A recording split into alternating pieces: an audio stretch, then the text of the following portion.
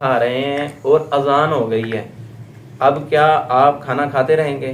اس حوالے سے پہلے تو ایک بات پہ غور کریں کہ ہمارے معاشرے میں عجیب کوئی رواج اور عجیب کوئی بات چل نکلی ہے کہ مگا پھڑیا ہوں ہاتھے جس ویلے اذان ہوئے گی اس ویلے پیویں گے۔ بھائی یہ طریقہ صحیح نہیں ہے، یہ طریقہ صحیح نہیں ہے۔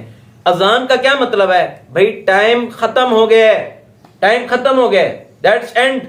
اب کیا کریں؟ روزے کو ختم کر دیں، اپنا کلوز کریں۔